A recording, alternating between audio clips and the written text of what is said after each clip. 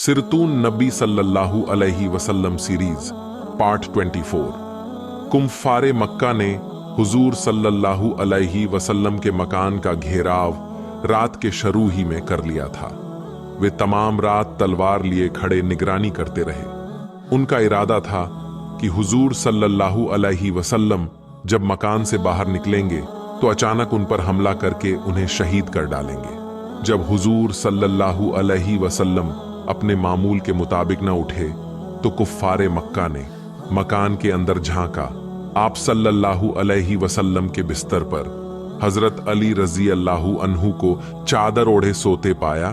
कुफ्फार ने समझा कि हुजूर सल्लल्लाहु अलैहि वसल्लम ही आराम फरमा रहे हैं और इत्मीनान से खड़े निगरानी करते रहे। जब सुबह हो गई और उजाला हो गया तो हजरत अली रजी अल्लाहु अन्हु उठे, चादर उतार कर एक तरफ रख दी और खड़े हो गए। कुफ्फार अब भी झांक रहे थे। उन्होंने हुजूर सल्लल्लाहु अलैहि वसल्लम के बिस्तर से हजरत अली को उठते देखा। उन्हें हैरत के साथ गुस्सा भी आया। जिन्हें वे हुजूर सल्लल्लाहु अलैहि वसल्लम समझ रहे थे वह हजरत अली रजी अल्लाहु अन्हु थे। हजरत अली मकान से बाहर निकले। कुफ्फारे मक्का ने उनको अपने घेरे में ले लिया। इन कुफ्फार में आम लोग न थे बल्कि अबू जहल, अबू सुफियान, वलीद, उतबा, आस, जमा, अबुल बख्तरी, नजर, हकीम, शैबा जैसे लोग थे।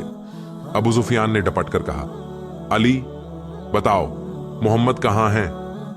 हजरत अली ने बगैर डरे कहा, मुझे खबर नहीं, मैं तुम्हारे सामने सारी रात सोता रहा हूं। तुम सब निगरानी करते रहे हो, तुमको हुजूर सल्लल्लाहु अलैहि वसल्लम का हाल मालूम होगा। कुफ्फार को आपके इस जवाब पर बड़ा गुस्सा आया। अबू जहल ने कहा, अली तुम जरूर जानते हो कि वह कब और कहां चले गए। अगर तुम हमको बता दो तो हम तुमको मक्के का हुक्मरां बना देंगे। हजरत अली रजी अल्लाहु अन्हु ने फरमाया, मुझे हुकूमत की जरूरत नहीं है। मैं जिस हाल में हूं बेहतर हूं। खुदा जिस हाल में रखे राजी हूं। मुझे परेशान न करो, छोड़ दो। सुबह की नमाज का वक्त कज़ा हो रहा है। अबू लहब ने एक तमाचा मारकर कहा, अली जब तक तुम मोहम्मद सल्लल्लाहु अलैहि वसल्लम का पता न बताओगे रिहा नहीं हो सकते। हम तुमको कैद कर देंगे। अगर तुम अपनी जिद पर कायम रहे तो कत्ल कर दिए जाओगे। हजरत अली रजी अल्लाहु अन्हु जवान थे, अपनी जिद पर अड़े रहे। उन्हें भी गुस्सा आ गया। उन्होंने बिगड़ कर कहा, ए चचा गनीमत जानो, हुजूर सल्लल्लाहु अलैहि वसल्लम ने किसी मुसलमान को तलवार उठाने का हुक्म नहीं दिया, वरना मेरी तलवार म्यान से निकलकर तमाम हिमायतियों के टुकड़े कर डालती। अबू सुफियान ने बिगड़कर कहा, जरा सी जबान और गज भर की बात, अली अपनी जान से दुश्मनी न करो, बता दो वरना कत्ल कर दिए जाओगे। हजरत अली अब भी नहीं घबराए, गरज कर बोले, दूर हो जाओ कमबख्तो, तुम मुझे डराते हो। तुम नहीं जानते कि दुनिया की कोई ताकत मुझे मरूब नहीं कर सकती। अबू जहल को सख्त गुस्सा आया। उसने आपके सर के बाल पकड़कर खींचे और वलीद और अबू सुफियान ने आपको घूंसों से मारना शुरू किया। हजरत अली रजी अल्लाहु अन्हु ने कहा, बेरहमो बेदर्दो, खुदा तुम्हारे जुल्मों को देख रहा है। तुम बहुत कुछ फल फूल गए, अब तुम्हारी तबाही का वक्त आ रहा है। तुम मरोगे और बेकसी की मौत मरोगे। तुम्हारे लिए आंसू कोई भी न बहाएगा। लोग जानते थे कि हजरत अली की बद्दुआ खाली नहीं जाती। वह डर गए और उन्होंने आपको छोड़ दिया। आप नमाज पढ़ने चले गए। अबू जहल ने कहा, यह बहुत बुरा हुआ कि मोहम्मद बचकर निकल गए। हम अब तक अपने तमाम मंसूबों में नाकाम रहे। अबू सुफियान ने कहा, चलो ये देखें कि वह कहां गए हैं या अबू बकर सिद्दीक को भी साथ ले गए हैं। वलीद ने कहा, मेरा ख्याल है कि दोनों गए होंगे, फिर भी आओ अबू बकर के मकान पर चलकर इत्मीनान कर लें। सब इस बात पर मुत्तफिक हो गए। वहां से चले।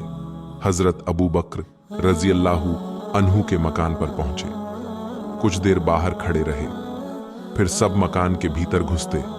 अबू जहल ने अस्मा रजी अल्लाहु अन्हा से कहा, अस्मा तुम्हारे वालिद कहाँ हैं? अस्मा पर किसी का रौब न पड़ा। उन्होंने बगैर डरे कहा, मुझे खबर नहीं है। अबू जहल ने गजबनाक होकर इस जोर से तमांचा मारा कि उनके कान से बाली निकलकर गिर गई। हजरत अस्मा को जोश आ गया और उन्होंने गैज ऑफ गजब में भरकर कहा, अबू जहल, शर्म करो, मर्द होकर औरत पर हाथ उठाते हो। नहीं जानते हो कि गैरतमंद औरत ईंट का जवाब पत्थर से दिया करती है। तुम्हारे तमांचे का जवाब तलवार की नोक से दिया जाता, मगर इस वजह से माजूर हूं कि खुदा के रसूल सल्लल्लाहु अलैहि वसल्लम ने तलवार उठाने से मना कर दिया है। अबू जहल ने खड़े तेवरों को देखकर कहा, इतनी जुर्रत? हजरत अस्मा रजी अल्लाहु अन्हा ने कहा, जुर्रत देखना चाहते हो तो तलवार लो और सामने आ जाओ। यह कहते ही हजरत अस्मा मकान के भीतर घुस गईं और तलवार उठा लाईं। म्यान से खींचकर हजरत अस्मा ने कहा, अब बताओ कौन मुझ पर तलवार उठाने की जुर्रत करता है? अबू सुफियान ने कहा, ऐ कुरैश की गैरतमंद लड़की, तेरी हिम्मत तारीफ के काबिल है। तू बहादुर अबू बकर की दलेर लड़की है। कौम को ऐसी ही बहादुर लड़कियों की जरूरत है। अबू जहल ने गलती की कि शेरनी को लोमड़ी समझकर छेड़ा। चलो वापस चलो और उन दोनों को तलाश करो, बेकार वक्त बर्बाद न करो। तमाम लोग वहां से चलकर और घोड़ों पर सवार होकर मक्के के चारों ओर रास्तों पर दौड़ गए।